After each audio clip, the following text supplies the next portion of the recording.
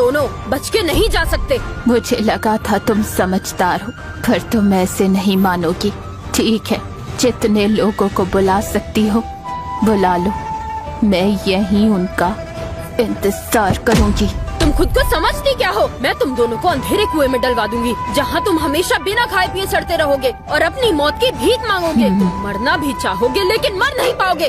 Sect के प्रधानों की बेइज्जती करने की मजाल। सेक्ट के प्रधानों की बेइज्जती करने की मजाल। हाँ? हाँ?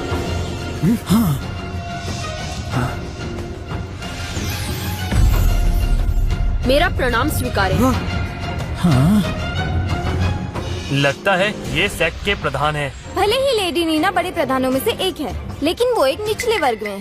क्या ये मुमकिन है कि उनकी माँ सेक्ट के शक्तिशाली प्रधानों में से एक हो, लेकिन वो उन्हें कैसे भूल गई? ये बिल्कुल मुमकिन है। निचले वर्ग के प्रधान भी इज्जतदार होते हैं, लेकिन उच्च वर्ग के प्रधानों के सामने वो कुछ भी नहीं है। इसका मतलब कि लेडी नीना ने उच्च वर्ग के प्रधानों के साथ अच्छे रिश्ते बनाए हैं। बिल्कुल, सेक्ट में उच्च वर्ग के प्रधान बहुत ही ताकतवर होते हैं, एक से बढ़कर एक। इतने ताकतवर, यहाँ तक शहर के राजा भी उनकी इज्जत करते हैं।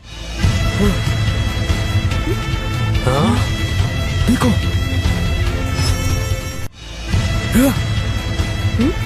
हाँ? देखो, सेक्ट के बड़े प्रधान, मेरा प्रणाम स्वीकारें। अरे भाई, सेक्ट के उच्च प्रधान आ गए। सच में लेडी नीना की पहुंच काफी ऊपर तक है। लगता है आज कोल जैन और उस बुढ़िया को चाहकर भी कोई नहीं बचा सकता। पिताजी, हमने बिल्कुल सही किया। अगर हमने इस नाजायज भाई से रिश्ता ना तोड़ा होता तो हमारा खानदान इसके साथ तबाह हो जाता। आप सबने कोल भैया के साथ जो किया, मैं उसके लिए आपको कभी माफ नहीं करूंगा। चुप हो जाओ, कुछ गलत नहीं हुआ। चाहे कोल मेरा बेटा हो, लेकिन इसने जैन खानदान के लिए कुछ नहीं किया है, और इसलिए मैं खानदान को ऐसे तबाह नहीं होने दे सकता। उसे सजा मिलने के बाद मेरा दूसरा बेटा येल सेक्ट में प्रवेश करेगा। जी पिता। हाँ? माँ, मौसी। लेडी नीना वाकई में इनकी बेटी है और उनकी मौसी सेक्ट की मुखिया है।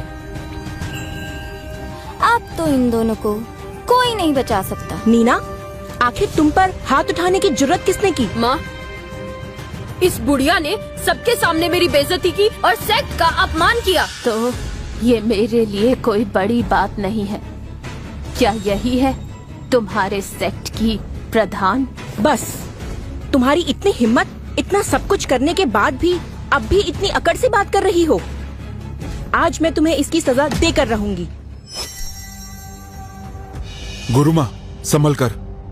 फिक्र मत करो, ये लोग मेरा कुछ भी बिगाड़ नहीं पाएंगे। कोल, तैयार हो जाओ। आज तुम मेरा असली रूप देखने वाले हो।